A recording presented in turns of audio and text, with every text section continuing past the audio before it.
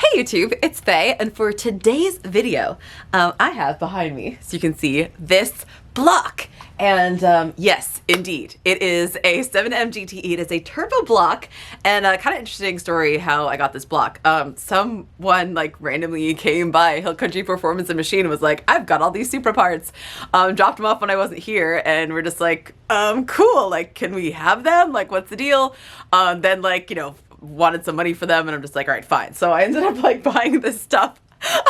And one of the things that that came on this pallet, I guess, was this block. And yes, as you can see, this block doesn't really look super promising at this point, but I'm gonna check it out, and I'm gonna see if I can get it cleaned up and see if it is usable. So that is what today's video is gonna be about, checking out this block for Project 88.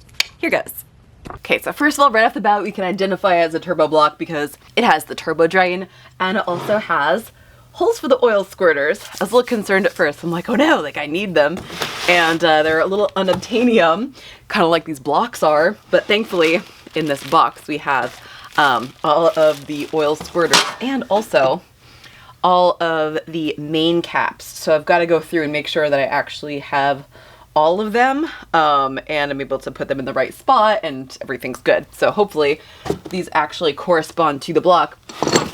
But as you can see, I have a little bit of the same problem with this block that I had on the other potential donated block, which of course you saw with all the boring. It's like there's nothing I could do.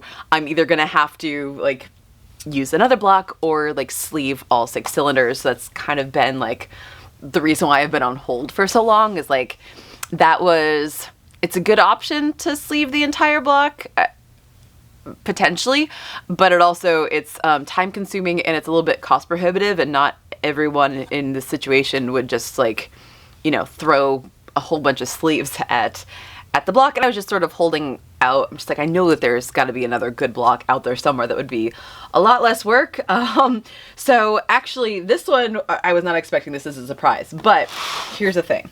Look how rusted this thing is. Someone washed this thing and then didn't do anything to it. Like, look at the difference between the caps, which look great, right? No rust, no corrosion. I love that the bearings are still in there. So it's like, you know, we can see like this beautiful machine finish is still there. They've been in the box, but everybody's still safe and good. So I'm really happy about that. Like, this is a lesson to everybody that unless you are ready to build a block, do not wash it. And if you do wash it, then at least coat it with something. Because right now I'm in this position where I want to be able to use this thing. Well, first of all, I need to measure it and actually see if it's still standard bore size. But like, how much work am I gonna have to do now to make this thing usable? Like, is it less work to just like sleeve all 6 cylinders on the other block? So I could just dump it in muriatic acid, like you've seen my previous videos. And, you know, sometimes Danny was talking about how, like, with a flathead Ford, something like that, like he will go ahead and just dump it in muriatic acid if it's really bad. In this case, I don't want to do that because, as Danny mentioned in that video, like, it can get pretty invasive. I don't want it to take off any material. We've got some rust, and I'm a little bit worried about these journals. Overall, this is just surface rust. So I've got to clean it up. So I'm going to measure it first, and then I'm going to think about what I could do to get the rust off of this quickly, easily, and like painlessly. So, all right, let's take a measurement. Okay, cool. So we've got 82.58 millimeters. Obviously there's a little bit of surface rust that is, you know, going to be taking up a little bit more space. If I do a little bit of back and forth here, scrape that rust off. Okay, I'm at 82.7. Just looking through the book, it's got an 83 millimeter bore size. All right, so this is pretty much standard bore. You see the crosshatch as the hone went through, that it was spinning, right? And it went in and it went out. So it actually has like an angle, like a 30-degree angle. And it would be the same here. So we could look at it and see. That's what Mom would always do. And he had caps on rods or mains that aren't numbered. We know they fit the motor, but they're not numbered. He'd put them on, each one on there, and that line has to go all the way through. Right. If that line goes and then moves, it's not it. So I would have to clean this up and take a look. At least with a little Scotch-Brite, just a little bit. Nothing that's going to scratch it. Just get rid of the rust. And then put the cap on, and then that line has to go all the way through. And it will. It's sometimes you got to get in with a little light, but you can put this up here and do it flat. And the lines don't lie. Because two cannot match. It's like a fingerprint. It's just gonna go, and it's gonna go right across the other end. Exactly, because it was done at the same time. Okay, cool. We'll check it out. And I think that's it. I think you're right on the money. Good. So it's obviously they use a different casting for the front cap and the thrust. And the thrust makes sense also because it got machined on the side. Yeah, and it's all we know it's 4. It's got to be 4, and then it has 4 on it. And it's even casted with a 4, exactly. And that one's casted with the 1. Yep. So it's got to be. And all the other ones have the same castings in them. Yep. So they use the same cap for all of them. Yep. You can see on the back it gives you the impression that from there the lines that go across it. Yep. And that's what you want to do. That's great transfer. That you want bearing crush. You want this to be so tight in there that all the heat gets absorbed to the cap. If this is loose and you don't have good bearing crush and you get oil behind it, it's actually like an insulator, and then all the heat stays here. You want the heat to transfer to the cap. So when you have good bearing crush, you're going to see that. You can actually see the machine marks in the back of the bearing. Wow. This is beautiful. You could actually damage it cleaning it up, because if all you cared about making it shiny, you get in there with some sandpaper or whatever and you would buff the tar out of it, and look, it's nice and pretty, and then you would have a big bore. And right now it's exactly what I want it to be. So it's stock still. And this is going to be a great video because you're not the first person that this has happened to. This is a perfect example of when people go to swap meets, what they're going to buy, or if they took it apart. What my uncle always said, if you're not ready to use it, leave it oily. So these are all oily. They never got cleaned. And look, they're beautiful. They're so beautiful. When you clean these, they're gonna be perfect. That was hot tanked. They put it in a hot tank, they pulled it out of the hot tank, and it's sat. Yep. And it has no protection whatsoever. Yep. Oh, poor little thing. But you're gonna save it. And it's still a good candidate. It ain't a throwaway yet. It's not a throwaway yet. No. Excellent. As hard as they are to find, it wouldn't be a throwaway even if we had to line hone it. But you're not going to have to line hone it. I can always tell already. Oh, okay. We're placing bets. Yeah. Oh, yeah. Well, might as well. Now I'm cleaning off the cap mounting surfaces and the journals very carefully with a little bit of solvent and Scotch-Brite without a lot of pressure. This is so that I can install the caps properly without any corrosion messing up the mating surface between the block and the cap, and my measurements will be accurate. Next, I have an old main cap bolt that's a little messed up from another engine, and I'm cutting a slit in the side of it to make this into a thread chasing tool. It'll help me clean the gunk and the debris out of the threads so I can torque down my bolts properly. I had some brake clean soaking in the bolt holes, so now I'm blowing them out with compressed air. Here is my little bolt. This is because I'm chasing threads. I'm not going to use an actual tap because I'm not looking to cut threads. I'm just looking to clean out the threads. So I've got this perfect bolt from one of my other blocks, so don't worry, I don't need another set. And this hole, I'm going to fill it full of grease. All right, well, this is like a little bit extreme, but you know what I mean? Like that much. Now I'm just threading it down in and back up and out, making note of where it gets stuck. See, and then what we get is all the crud that was down in that bolt hole is there. So then I just wipe it off, clean it out, and then we're just gonna make sure that it goes all the way down now perfectly, which it does, and all the way back out. And now I'm gonna do that for every single one of these. Because before I clean this, what I'm gonna do actually is I'm going to install every single one of these caps, verify that, first of all, that they're the right ones, that this cap matches this block right here, every single one of these does. And then also I'm just gonna do a quick measurement and make sure that everybody is like within specification, that I'm not wasting my time cleaning this for no reason, because as you can see, it's going to be a lot of work. So might as well make that work like count for something. All right, so now I got them all cleaned up. Now I've got my center cap on, and I'm starting from the center and working my way out because, where's the tool? Oh, here it is. Because this little fella is only so long. So to keep, from getting in the way of myself, we're just gonna start here and then work my way out. First thing I'm gonna do though is torque these bolts to 75 foot-pounds. So just like they would be, there we go, 75 foot-pounds. Just to sort of simulate how it's actually gonna be. car, and I like to do these in a few passes, even though this is just for measuring. Not just for measuring though. So I did 25, then 50, then 75.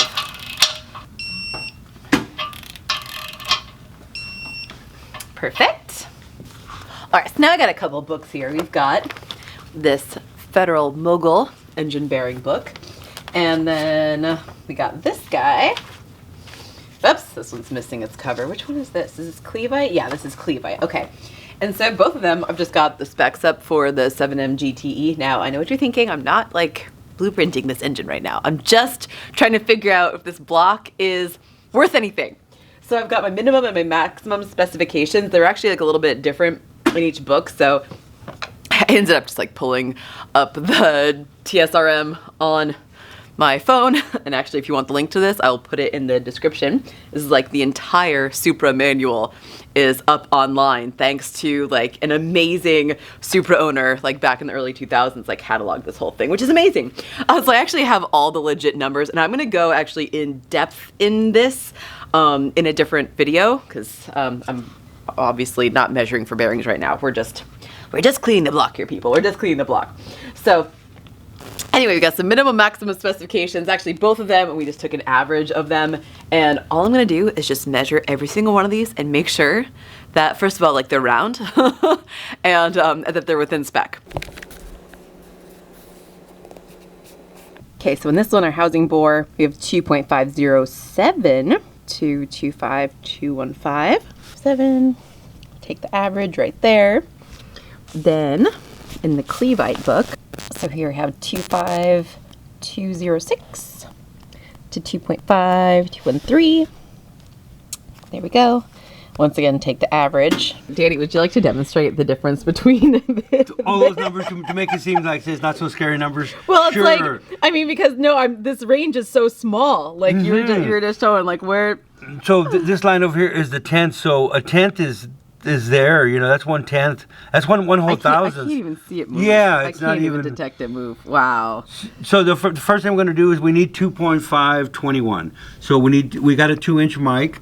We've established it, and we've even checked our 2-inch by using our little standard. Exactly. So there's your 2-inch standard. And you got the 3-inch standard too. So on one extreme, all the way in, 2 inches. All the way in, it's 2. There it is, right there. And there's your 0 there. So 0 to 0 lined up. Yep. Is the 2-inch, and then we can go all the way out. All the way out. And there will be the 3-inch, which is all the way going as far as they'll go, because this is a 2 to 3-inch mic. So we put it at that 0 on that realm over there, and now we're at the 3-inch, so we could actually see that, yep, we're at 3-inch.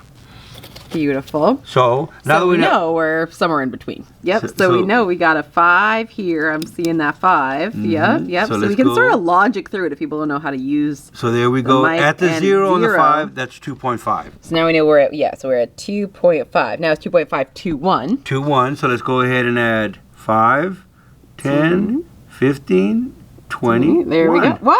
There's your 21. Amazing. There's 21. And then if we want to go crazy to our other extreme here. The other tenths. All right, let's see. Yes, if we look it over to the little 1 right there, there's little numbers going up there. So we want to line up that little 1 right on that line right there. Wow, there's a 1/10 of a thousandth right there. And there's the tenths. Wow. So we're at 21 and 1/10. So there we go. There's precise. So now, how does that translate over to this fine little fella right here? If we set this to the same as that, it'll be very easy for me to just stick that in the hole and really quickly see, okay, how far off am I, and make sure she doesn't get too extreme. Yes. So very good. So now what we're going to do is take this mic. Hello. And then we're going to just transfer this reading over to here. And it's real simple of doing the transfer. Yep. When it's not sticking on me. Not sticking. There we go. And look at there, over there. So we want to find the tightest spot there. Look at that, right there. So we're at 0. So when we hit the 0, that's going to give us the size that we have this mic set at. So very cool. And what I'm looking at also is looking at my other little dial over here and see where it's at. So the other dial over there is right past 1. Yep. Right past 1 and 0 is our standard that we're looking for now. So you can tell how it moves quite a bit. Yep. So you're not moving it too much. Yeah. What we want to do is we want to find the tightest spot. So when I'm moving it off center and back into center again, and then going the opposite way there. And that's why I'm going off center, back to center again, and then the opposite way, and there's our little 0.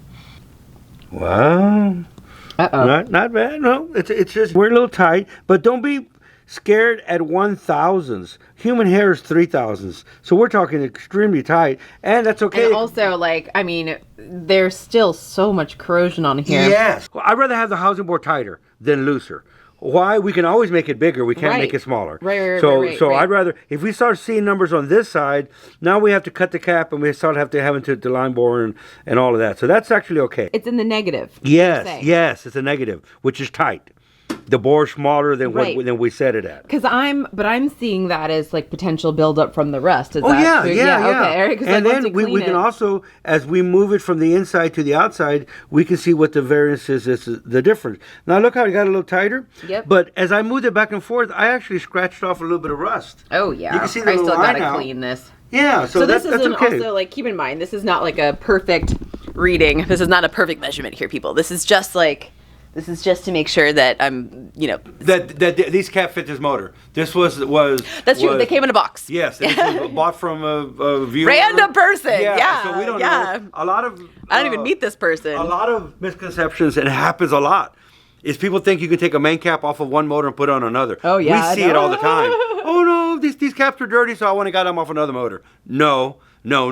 So we see it so much that the first thing we want to do is, if the block didn't come from a source like we pulled it apart, is put all the caps on and make sure the caps are right. So that's what basically we're doing, is checking. Now that we checked this side, we're going to check over here on this side, and look at that. Beautiful. This is all the things that I want to see. I don't know, Danny. It's looking pretty good. Yeah. So this tells me that this cap came off of this motor. Okay. If the cap was off, they put the caps on the engine and then they line bore it. So the caps aren't just center. You can't take another cap off another motor. If it's off, it's going to be big on one side and tight on another. Right. So when we're checking now from one side to the other, it's consistent.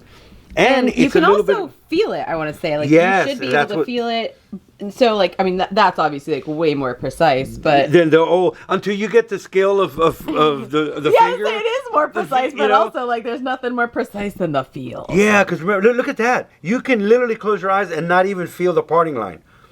So if the cap was off because it came off of a different motor, you would feel a lip on this side and a lip on this side. I feel nothing, you guys. This is crazy. Wow. So it looks a lot worse than what it is.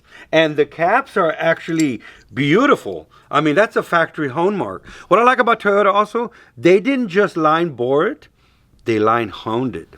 And there's a difference in line boring and line honing. That's a whole other video. But this is amazing. That's what you want in a precision race motor. You want a line honed finish. So after it was bored, they actually went in there and they line honed it. They took it to the next level of extreme badass. So we're happy. Project 88 could definitely use this motor. Well, I'm going to now do the rest of these and see. And if they all check out good, then it's time to go into the bath. Then it's the fun begins. This is fun too. Yeah, no, this is definitely fun. This is good. Then the fun really begins, though. So stay tuned, people. 5/10? 5/10 right there as well. So it's a 0.5 tight. That's... And that's all the way across. Too. And we know the crank is going to have 5/10 wear. It's almost going to be perfect. I mean... Yes, and pretty round, really good, really round. So we know these caps come off this motor, we know that it's like exactly, and they're in spec. Yeah, they're all in spec. It's standard, so they weren't overdone. These are the ones that come off of here, and they're not hammered. That's another thing too, is we're measuring from here to here to here. Yep. They're not big on the center. No. Which means they haven't been hammered. Yeah. Look at the size of the main cap. Like I said, this is an industrial engine. They weren't really abused. Yeah. Is what we're looking for. Cool. All right, so cool. We just got a few more left to do, and I'm feeling pretty positive about this. Yeah, and now you can take that off of the shelf of knowing that you've already mic'd the bores, he's all fit, and sometimes you get bit in the ass because somebody changes one or something, so you're going to have that off the table. Right. It's not going to be something I'm going to worry about if I move forward with this engine. Yeah, you're just not really doing good. In general building. I'd really like to get Project 88 back on the docket. So I just finished my last two. I just sort of spared you watching me do the routine thing. I've already done all the other ones. And everyone checks out great. First of all, running my fingers through every single one.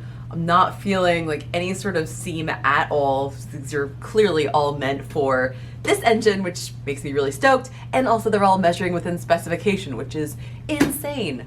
If anything, the tolerances are a little bit tighter, or like every single one, they were on the tighter side, but like we sort of mentioned, that's probably due to the rust buildup inside here. So speaking of rust buildup, now, now it is time to put this little friend in our bath and hopefully clean all this rust off.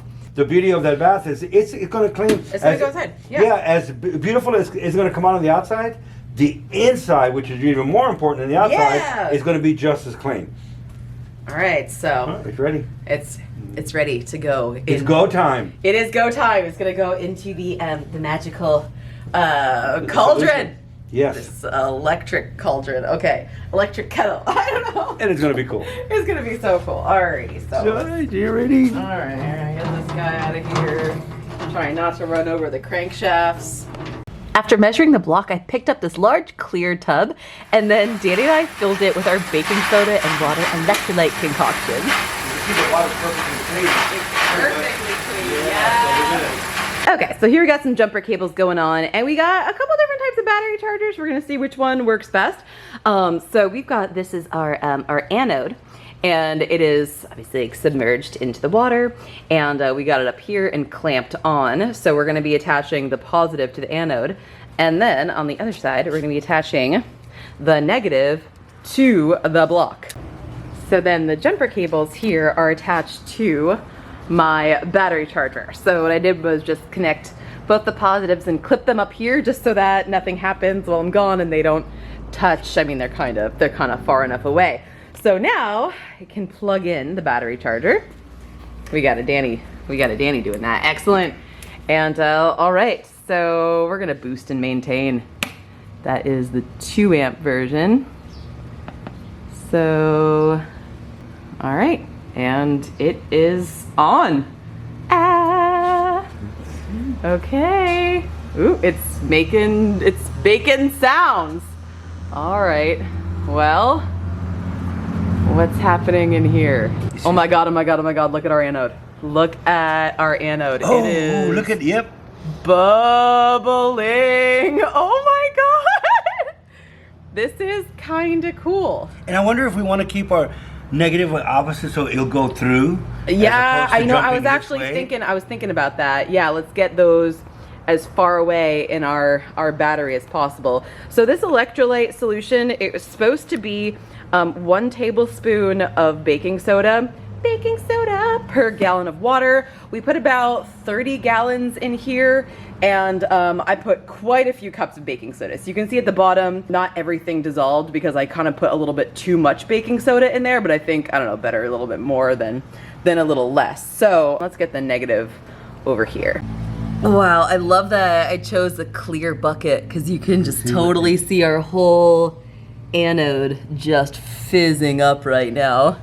And see, having it further away just changed the fizz a little bit, but that means it's going through the... Yeah, it's gotta go through the whole thing. It's a slow process. I'm thinking like 24 hours, check on it. Should come back here noon tomorrow and see how it's coming along. So this process is called electrolysis, and as you can see, I mean, aside from just like putting the block in water, which, I mean, I guess, yeah, submerging the block in water could cause some damage to the block, like if it was to like rust more, but obviously when I pull it out, we're gonna wash it again and dry it all. So this is a really uninvasive, like non-invasive way to clean the rust off this block. So I'm looking forward to seeing how this works. And also like super cheap. Like if you just have a basic battery charger at home, I paid like 20 bucks for this massive tub at Home Depot. And then this is just like a pair of regular everyday automotive jumper cables. And then obviously our anode is just a piece of stainless steel. So super cheap, really easy.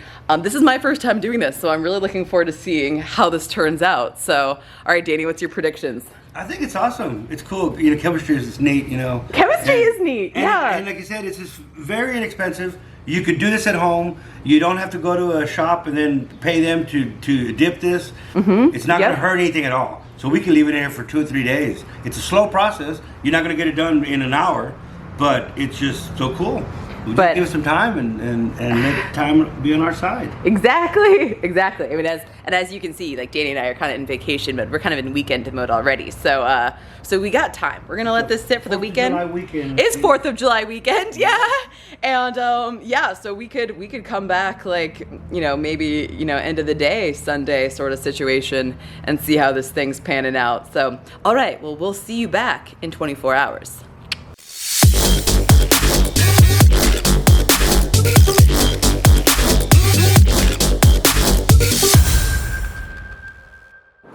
All right, 24 hours have elapsed.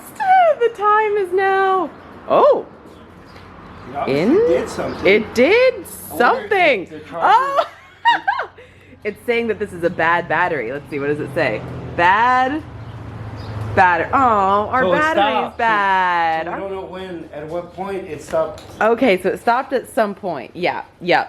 But you're right, it obviously did something. Look at what it's done already.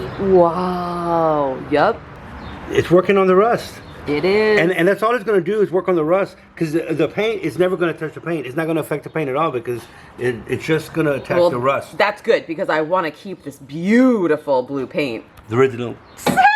Yeah, you can most definitely look at the plug. Oh yeah, stuff's happening all right. And it's a lot easier to sit here and buffing all these little, you know, I wouldn't have buffed all that. No. I would have just let it go. It's just really getting after it. It really is getting after it. This is exciting. When it is clean, it's gonna be really cool. Look at that.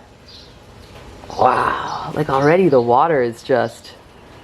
And I've seen it when, you know, when they've been done and the water is just brown. Oh yeah. You can't even see the block in it. I'm excited to see what the water looks like when we're done.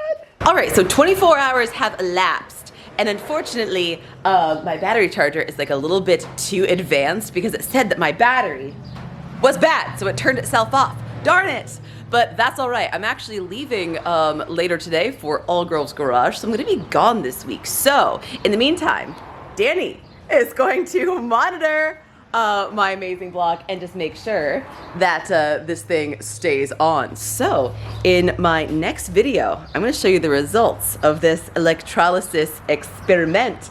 And we'll continue to clean up this block if everything checks out. So thanks for watching, and I will see you in my next video. Bye!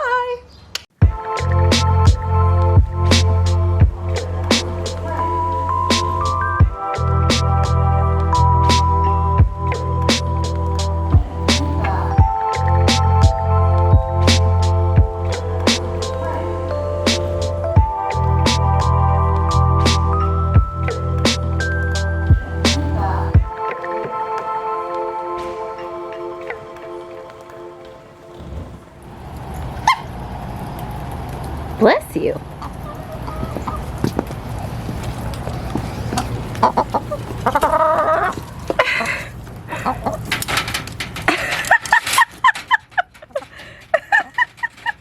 Delilah loves blueberries. Little bearded lady, look how excited she is. All right, here goes. Hello! Hello! Look at that! Oh, Abigail needs some. There you go, Abby.